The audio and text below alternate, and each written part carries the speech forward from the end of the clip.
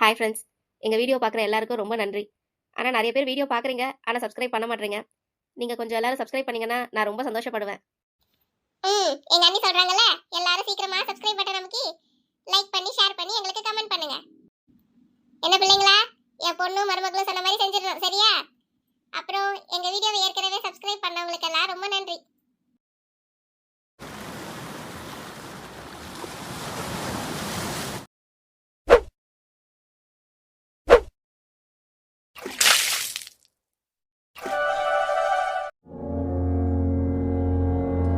அடியே ராதிகா, கொஞ்சம் கூட பயமே இல்லாம என்னடி அது?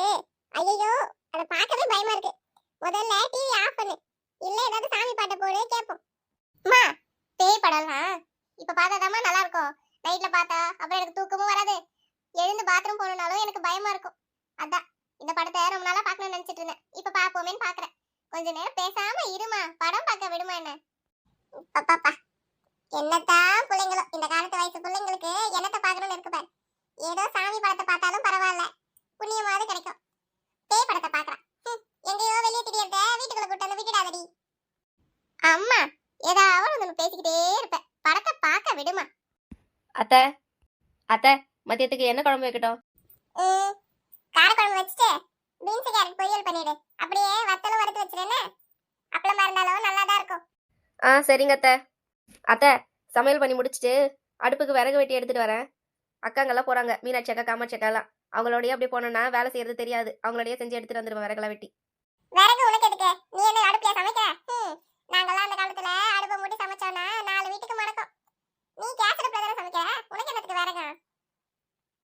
ஏன் அத்தை, சமையலுக்கு தான் விறகு பயன்படுத்துகிறேனா? ஏன் சுடு தண்ணி வச்சுக்க விறகு தேவைப்படாதா? கேஸ் வைக்கிற வேலையை பார்த்தா கொஞ்ச நாள் நானும் வெளியே தான் சமைக்கணும் போல அடுப்பில். சரி சரி, போய் சீக்கிரமா போயிட்டு சீக்கிரமா வா. இங்க சாயந்தரம் பொண்ணுக்கு ஏதாவது பலகாரம் பண்ணி கொடு, அங்கேயே உட்காந்துடாத. மறு வீட்டுக்கு வந்த மாப்பிள்ளை இந்த அம்மா பெத்த பொண்ணு. தினமும் வகை வகையாக பலகாரம் ஒன்று பண்ணி வைக்கணும். ஏற்கனவே பலகாரம் உருண்டை மாதிரி தான் இருக்கிறா இவளே, உருண்டையா. இதில் இன்னும் பலகாரம்லாம் சாப்பிட்டா கல்யாணத்துக்குள்ள பலூன் மாதிரி வீங்கிடுவா. மாப்பிள்ளைக்கே இவளை யாருன்னு தெரிய போகிறதில்ல. என்னடி பதிலையே காணோம்? சரிங்க அத்தை, சீக்கிரம் வந்துடுறேன். போயிட்டு வரேன் லதா. பத்திரமா போயிட்டு வாங்க. என்னங்க? என்ன லதா சொல்லு, எனக்கு வேலைக்கு நேரம் ஆச்சு. ஒன்றும் இல்லை, நான் சாயந்தரம் கோயிலுக்கு போகலான்னு இருக்கேன். நீங்கள் கொஞ்சம் சீக்கிரமா வரீங்களா? 2 பேரும் போயிட்டு வந்துடுவோம். அது ஒன்றும் இல்லைங்க, நான் எங்கள் அம்மா வீட்டுக்கு கிளம்பி போட்டா நான் மதியம் சமைச்சு எல்லாமே எடுத்து வச்சிட்டேன். நீங்கள் ஆஃபீஸ்லேருந்து வரதுக்குள்ள கூட நானே வந்துடுவேன் திரும்ப. அம்மா கிட்ட கேட்டியா? அம்மா என்ன சொன்னாங்க? ஏங்க, எங்கள் அம்மா வீட்டுக்கு நான் போகிறேன், அதையும் நான் போய் உங்கள் அம்மா கிட்ட உங்ககிட்ட எல்லார்கிட்டையும் பர்மிஷன் கேட்கணும்னு பார்க்குறீங்க? ஏதோ தாலி கட்டினீங்க, அதனால உங்ககிட்ட சொல்லணும். அவங்க போன்னு சொன்னாதான் போகணுங்கிற மாதிரி பேசுறீங்க. உனக்கு தான் தெரியும்ல அம்மா பத்தி. நீ அவங்க சொல்லாம போனா அவங்க சும்மா இருப்பாங்களா சொல்லு? தம்பிக்கு கல்யாணம் வேற நெருங்கிட்டு இருக்கு. இந்த நேரத்துல அவங்க உங்ககிட்ட மூஞ்சி காமிக்க ஆரம்பிச்சாங்கன்னு வை, கல்யாண நேரத்துல உன்னை நிம்மதியாவே வச்சு பார்க்க மாட்டாங்க. அதான் சொல்றேன், அம்மா கிட்ட ஒரு வார்த்தை சொல்லிட்டு பதமா போயிட்டு வந்துரு. என்னமோ போங்க, சரி அப்படிதான் செய்யறேன். அவங்க போன்னு சொன்னா போறேன், இல்ல போக கூடாதுன்னு சொன்னா போகாம நின்னுக்கிறேன். எல்லாம் என் தலையெடுத்து, வேற என்னத்த சொல்றது? சரி சரி விடு, வருத்தப்படாத. அம்மா கிட்ட கேளு. அம்மா ஒத்துக்கலன்னா நான் மதியம் சாப்பாட்டுக்கு வர மாதிரி வந்து அம்மாவை கன்வின்ஸ் பண்ணி உன்னை அனுப்பிச்சு விடுறேன், சரியா? இப்ப நான் போயிட்டு வரேன். சரி, அப்ப போயிட்டு வாங்க. சிவனேசா, போய் உன் தங்கச்சிய பாத்துட்டு வரேன்டா. பார்த்து ரொம்ப நாள் ஆன மாதிரி இருக்கு. அவ என் கண்ணுக்குள்ளேயே நிக்கிறா. அப்போ ஏதோ வழி செலவுக்கு பணம் கொடுறா. அவ கையிலயும் 10 ரூபாய் கொடுத்துட்டு வரணும்ல. என்னம்மா 10 ரூபான்ற? 1000 ரூபாய் கொடுத்துட்டு வா. 1000 ரூபாய்க்கு வாங்கிட்டு போ. உன் கை செலவுக்கும் பணம் கொடுக்குறேன், சரியா? சரிப்பா சரிப்பா. என்னங்க, காஃபி போட்டு கொண்டாரவா? இல்ல இல்ல, இப்ப எதுவும் வேண்டாம். அத்தை, மதியத்துக்கு சாம்பார் வச்சு வத்தல் பொரிச்சு வச்சிருக்கேன். உருளைக்கிழங்கும் கொஞ்சம் வறுத்து வச்சிருக்கேன். மதியம் போட்டு சாப்பிட்டுடுங்க. கொஞ்சம் அவருக்கும் சாப்பாடு போட்டுருங்க. நான் சின்ன பொண்ணு காமாட்சி எல்லாரும் வராங்க. கொஞ்சம் விறகு அடிச்சுட்டு வெட்டி எடுத்துட்டு வந்துடுறேன். இப்ப எதுக்கு உனக்கு விறகு எல்லாம்? கேஸ் அடுப்புலயே சமைச்சா என்ன? சொன்னா கேட்கவே மாட்டேன். ஏன் சொல்ல மாட்டீங்க? கேஸ் 1000 ரூபாய் கொடுத்தாலும் வருமாங்குது. அது எத்தனை நாளைக்கு பார்த்தோம் அந்த இவ்வளவு பேருக்கு?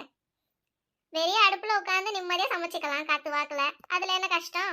ஒரு நாள் கஷ்டம் விறகு எடுத்துட்டு வந்து போட்டுக்கிறது, அது கூட நான் செஞ்சுக்க மாட்டேனா? அது மட்டும் இல்லாம நான் என்ன தினமுமா அடுப்புல செய்யறேன்? ஏதோ கேஸ்லயே அப்பப்ப செய்யறேன்ல. இப்படி எல்லாம் சிக்கனமா இருந்தாதான் 10 காசு சேர்த்து வைக்க முடியும். நமக்கும் 2 பொம்பளை பிள்ளைங்க இருக்கு, தெரியும்ல? அடிப்பாத கத்தி.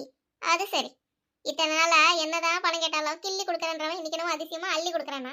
அது பொறுக்கல இவளுக்கு. உடனே வந்துட்டா. விறகு வெட்டுமா, செலவாயிடுமா, பொண்ணுங்க வச்சிருக்காங்களாம். என்னையத்தான் குத்தி காசுறா போல. பேசிட்டு போ, எனக்கு என்ன? என் புள்ள என் பொண்ணுக்கு தரான், இவன் யாராவது கேட்கட்டும். சரி சரி, போயிட்டு சீக்கிரமா வா. அங்கேயே நின்று கதை பேசிட்டு இருக்காத. சரிங்க அத்தை.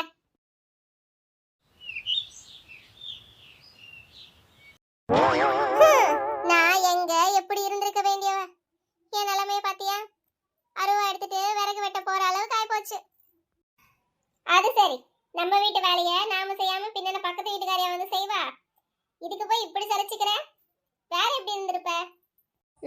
கலெக்டர் தாயி நாட்டுக்கு உதவுற கையெழுத்து போட்டு இருந்திருப்பா.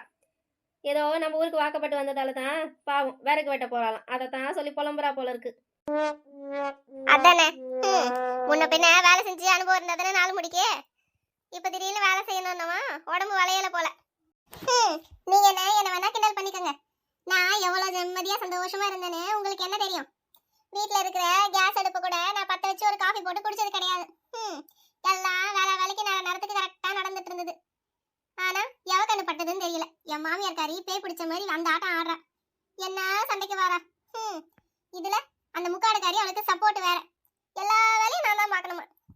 இதுல விறகு வேற நீங்க வெட்டுறேன்னு சொல்லி கேட்டதும் நீயும் கூட போய் வெட்டிட்டு வான்னு சொல்லிட்டாங்க. 2 கட்டு விறகு இல்லாம வீட்டு மேலேயே ஏற விட மாட்டேன் படிக்கட்டுன்னு சொல்லிட்டாங்க. பின்பக்கமா தான் போகணும்னு நினைக்கிறேன். வீட்டுக்கு வீடு வாசப்படிதான். உன் மாமியாருக்கு என் மாமியார் எவ்வளவோ மோசம் தெரியுமா? பொண்ணுக்கு பஜ்ஜி போண்டா செஞ்சு வைக்கணுமா, விறகு வெட்டிட்டு வந்து அந்த வேலையை செய்யுங்கிறா. காலையில சமைச்சு மதியத்துக்கு சமைச்சு போய் விறகு வெட்டிட்டு வந்து எனக்கு அப்படி உட்கார ஓய்வு இல்லை. அதுக்குள்ள எனக்கு என்ன பலகாரம் பண்றேன், என் பொண்ணுக்கு என்ன பலகாரம் பண்றேன்னு கேக்குறாங்க. அப்படி எல்லாமா உனக்கு கொடுமைப்படுத்துறாங்க? யாரு மீனாட்சக்கா இவளுங்க 2 பேரும் வீட்டு வேலை செய்யறத என்னமோ ஊரையே தூக்கி சுமக்கிறவளுங்க மாதிரி பேசின்னு திரியறாளுங்க. புதுசு இல்ல, எல்லாம் போக போக பழகிடும், தானா சரியாயிடும். வீடு. ஐயோ, என்ன 4 பேர் அருவா எடுத்துட்டு போறீங்க? இது சண்டையோ? ஆமா, உன் புருஷனை தான் வெட்டலான்னு போயின்னு இருக்கோம். என்ன? அட நீ வேற சும்மா இருச்சின பொண்ணு. தேவையில்லாம ஏதாவது வம்ப எழுத்து வைக்காத. அவ சும்மா தாமா சொல்றா. அடுப்புக்கு விறகு வெட்டிட்டு வரலான்னு போயிட்டு இருக்கோம். அப்படியா? நான் கூட அருவாவும் கைமா பார்த்தவும் என்னவோ ஏதோன்னு பயந்துட்டேன். சரி நீங்க போயிட்டு வாங்க. ஐயோ, ஏய் அருவால தூரமா ஆயிடுச்சு சின்ன பொண்ணு. விட்ட கண்ணை கொத்தி எடுத்துருவா போல வெளியே. இப்ப எடுத்துட்டேன், போதுமா? சரி சரி, ஆளுக்கு ஒரு மரத்துல இருக்கிற கிளையா கழிச்சு எடுத்துப்போம். இப்ப ஏன் நேரம் ஆயிடுச்சு பாருங்க, அப்புறம் போகிறதுக்குள்ள இருட்டிட போகுது வீட்டுக்கு.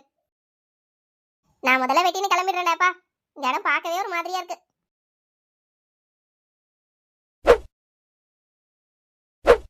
ஐயோ, என்னக்கா இது? ஏதோ வித்தியாசமா நடக்கிற மாதிரி இருக்கு. நர்மதா ஒரு தடவை கத்திய ஓங்கும் போதும் ஏதோ வெளிச்சமா வருது. எனக்கு ஒன்றும் புரியலையே. தேவையில்லாம வந்து மாட்டிக்கிட்டோமா என்ன? என்ன பண்றீங்க? மரத்தையா தொட்டிங்க? அது போன வருஷம் சாந்தி தூக்கு போட்டு தொங்குன மரம். என்னது தூக்கு போட்டு தொங்குன மரமா? ஆமா, நீ யாரு?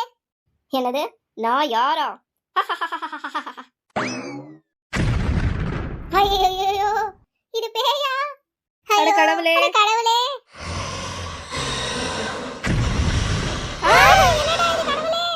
ஐயோ, சும்மா இருக்கிற மரத்தை வெட்டி வந்து இப்படி பேய்கிட்ட சாவ போறேனே. நான் என்ன செய்வேன் கடவுளே? என் புருஷனுக்கு யார் பதில் சொல்லுவா? அந்த மரத்தை நெட்டினதுக்கு நன்றி. அதுக்கு பரிசா நான் உன்னை கொன்னு சாப்பிட போறேன்.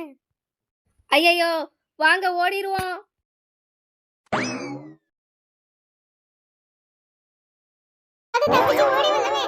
ஐயோ, உயிர் பொழைச்சதே பெருசு.